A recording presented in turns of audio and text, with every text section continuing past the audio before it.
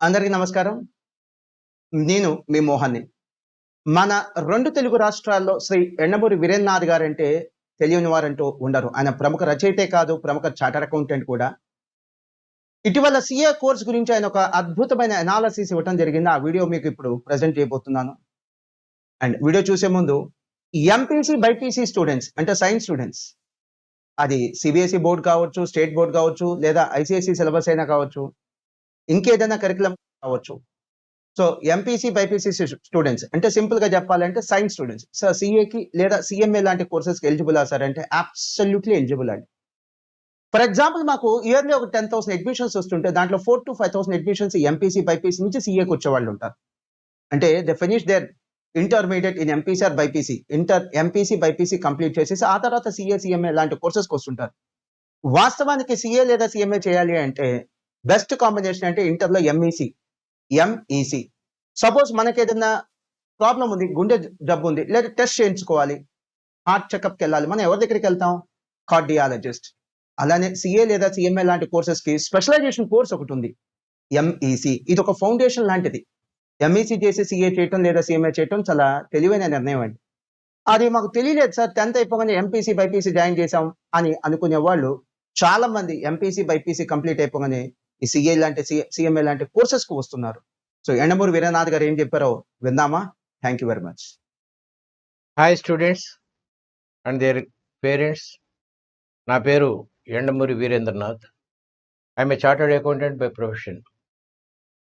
సాధారణంగా సీఏ చదవాలంటే అద్భుతమైన తెలివితేటలు, గొప్ప జ్ఞాపక శక్తి ఉండాలంటారు. కానీ నేను 5వ క్లాస్ ఒకసారి ఫెయిల్ అయ్యాను, 6వ క్లాస్ ఒకసారి ఫెయిల్ అయ్యాను. దీనికి కారణం మా గ్రాండ్ ఫాదర్. గారాబం వేరు, ప్రేమ వేరు. గారాబం అంటే అనారోగ్యమైంది ఇవ్వటం, ప్రేమ అంటే ఆరోగ్యకరమైనది ఇవ్వటం. మా గ్రాండ్ ఫాదర్ నాకు సరిగ్గా చదువు చెప్పలేదు, చదువు చెప్పే పరిస్థితులు కల్పించలేదు. నేను 6వ క్లాస్ ఫెయిల్ అయిన తర్వాత, ఆయన చనిపోయిన తర్వాత నేను మా ఫాదర్ దగ్గరికి వెళ్ళాను. We are from a very poor family, చాలా పూర్ ఫ్యామిలీ. ఒక చిన్న ఉదాహరణ చెప్తాను. నేను రూపాయిన్నర సేవ్ చేయటం కోసం మా ఫాదరు కత్తెర దివ్వెన ఇచ్చి క్షవరం చేసుకోమన్నారు. నేను తలకు కొబ్బరి నూనె రాసుకొని దాదాపు 60 సంవత్సరాలు అయి ఉంటుంది. అంటే ఇదేది గ్లోరిఫైయింగ్ ది పాస్ట్ కాదు నా ఉద్దేశం. నా ఉద్దేశం ఏంటంటే, ఎంత పేద పరిస్థితిలో ఉన్నా ఒక విద్యార్థి చదువుకోవాలి అనుకుంటే బాగా చదువుకోవచ్చు అని చెప్పడం నా ఉద్దేశం.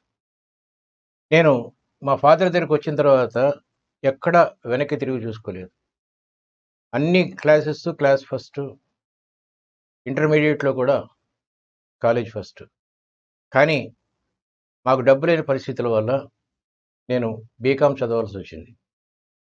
మా ఫాదర్ చెప్పాడు, నీకు నిజంగా తెలివితేటలు, జీవితంలో పైకి రావాలనే ఆశ ఉంటే నువ్వు కామర్స్ చదవరా బాగుంటుంది. Commerce is going to be the world wide product in future. నేను నా గురించి చెప్తాను. బీకామ్లో కాలేజ్ ఫస్ట్ వచ్చిన తర్వాత ఎంకామ్ చదవాలనేది నా ఆశ, లెక్చరర్ అవ్వాలని. కానీ మా ఫాదర్ దురదృష్టంతో ఏం చెప్పాడంటే, రాబోయే ఫ్యూచర్లో సీఏలకి చాలా బాగుంటుందిరా, చార్టర్డ్ అకౌంటెన్సీ చదువు, మనం ఇప్పుడున్న పరిస్థితిలో నేను ఎంకామ్ చదివించాలంటే వైజాగ్ పంపించాలి, మన దగ్గర అంత డబ్బు లేదు అన్నాడు.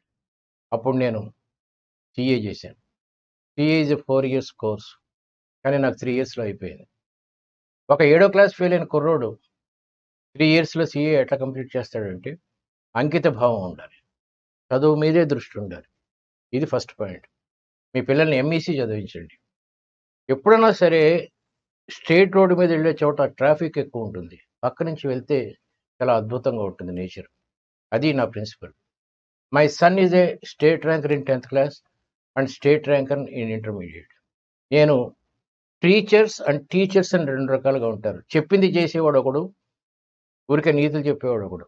మా అబ్బాయిని కూడా నేను 10th క్లాస్ అయిపోయిన తర్వాత ఎంఈసీ చేయించాను, ఎకనామిక్స్ అండ్ కామర్స్. అది అయిన తర్వాత వాడు డే టైంలో ఉద్యోగం చేసుకుంటూ ఈవినింగ్ కాలేజీలో బీకామ్ ఆనర్స్ పాస్ అయ్యాడు. State first, university 3rd in BCom. అది అయిన తర్వాత ఉద్యోగం చేసుకుంటూ వరల్డ్ బ్యాంక్లో 2 సంవత్సరాలు ఒక 20 లక్షలు పోగు వేసుకొని ఎంబీఏ చేశాడు. ఇప్పుడు వాడి జీతం 45 సంవత్సరాలు ఎంత ఉంటుంది, వాడి జీతం సంవత్సరానికి 8 కోట్ల రూపాయలు. నేను కొత్తగా పెళ్ళైనప్పుడు నేను నా వైఫ్ చిన్న గదిలో పడుకుంటే బయట వరండాలో మా మదరు, ఫాదరు, నా బ్రదర్సు కిచెన్ పక్కన, వంటింటి పక్కన పడుకునేవాళ్ళు. ఇదే జీవితం అనిపించేది. ఇప్పుడు మొన్న సింగపూర్ వెళ్ళినప్పుడు మా అబ్బాయిని చూస్తే వాడి బెడ్రూమ్‌లో స్విమ్మింగ్ పూల్ ఉంది. మీ పిల్లలు కొంచెం బాగా చదువుకుంటే సింగిల్ బెడ్రూమ్ నుంచి స్విమ్మింగ్ పూల్ బెడ్రూమ్‌కెళ్ళొచ్చు. నేనే ఉదాహరణ. నేనేం పెద్ద తెలివైనోడిని కాదు. చార్టర్డ్ అకౌంటెన్సీ కూడా మీరు అనుకున్నంత కష్టమైన సబ్జెక్ట్ కానే కాదు. కొంచెం నేను చెప్పినట్టు అంకిత భావం, కొంచెం కాన్సంట్రేషను, మిగతా విషయాల్లో ఎక్కువ ఇంట్రెస్ట్ లేకపోతే you can purchase the entire world.